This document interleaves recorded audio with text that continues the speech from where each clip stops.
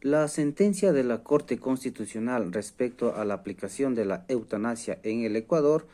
tiene los siguientes antecedentes, en la que la señora Roldán, como parte accionante, en agosto del 2023 presenta la demanda ante la Corte Constitucional, en la que solicita morir dignamente tras ser diagnosticada con una enfermedad catastrófica en la que sufre fuertes dolores y no le permiten desarrollarse por sí misma, por lo que solicita suspender el artículo 144 del COID. Una vez conocida esta solicitud, la Corte el 29 de septiembre del 2023 admite el trámite para continuar con la acción solicitada, pero negó suspender provisionalmente el artículo 144 del COID, por lo que dispuso que Presidencia y la Asamblea Nacional del Ecuador y Procuraduría General del Estado defiendan e impugnen la inconstitucionalidad respecto al caso presentado. El proceso avanza de manera inmediata y con fecha 9 de noviembre del 2023 ya continúa el proceso y se llama a una audiencia pública en la que van a exponer la señora Roldán como parte accionante, la señora asesora legal de la Presidencia y el señor asesor coordinador jurídico de la Asamblea Nacional, y también las partes o consorcios jurídicos que dieron sus aportes a esta causa respecto a la aplicación o no aplicación de la eutanasia. Entre las principales razones o pretensiones que mencionaba la señora Roldán respecto a su caso, aquí se hace un análisis de derecho penal y derecho constitucional, en la que abordaron temas como la vida digna, libre desarrollo de la personalidad, la autonomía personal y la integridad física y emocional, y el derecho a morir dignamente. La señora Roldán en la audiencia manifiesta que no hay una vida digna cuando no puede valerse por ella misma y obligan a las personas a vivir sin libertades y preferencias. Pero el artículo 144 del COIP va en contra del derecho a decidir hasta cuándo vivir y en qué condiciones, y castiga a quienes realizan el procedimiento de eutanasia bajo consentimiento. También el artículo 48, numeral 5 de la Constitución de la República del Ecuador menciona que la capacidad física no solo se refiere a no poder moverse, sino va más allá del aspecto físico para tomar decisiones respecto a su vida y con su cuerpo. La vida es un derecho fundamental que está representado en la Constitución en su artículo 66, en el apartado primero, que indica: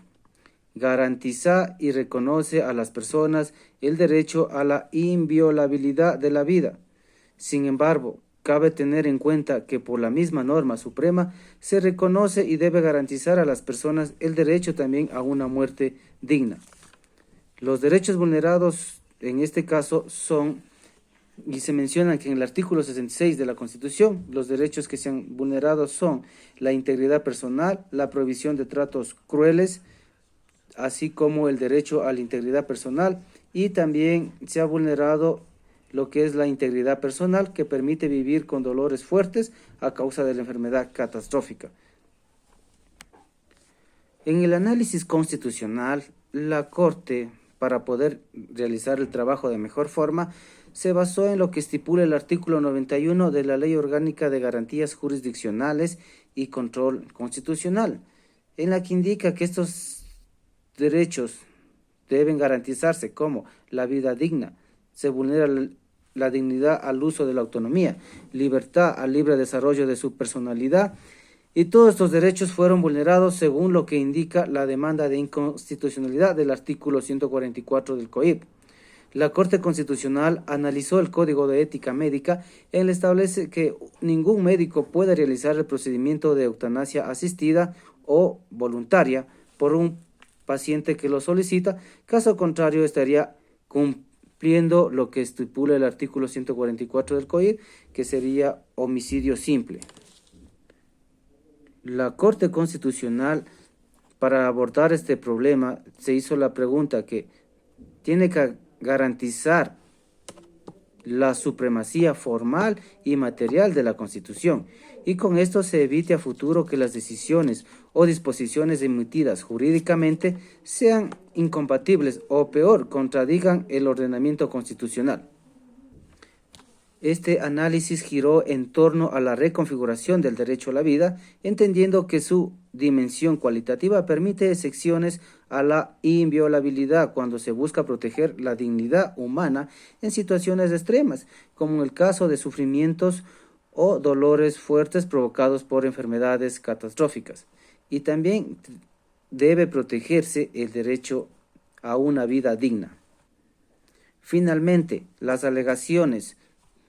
y los argumentos realizados sobre el artículo 144 de la Corte Constitucional permite llegar a declarar las siguientes sentencias.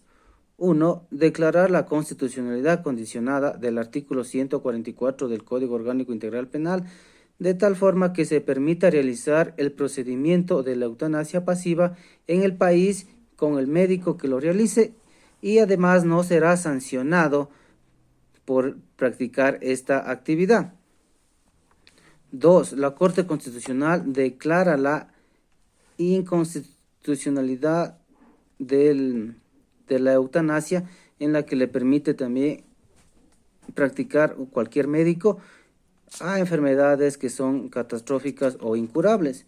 Y la Corte Constitucional declaró la constitucionalidad aditiva del artículo 6 del Código de Ética Médica.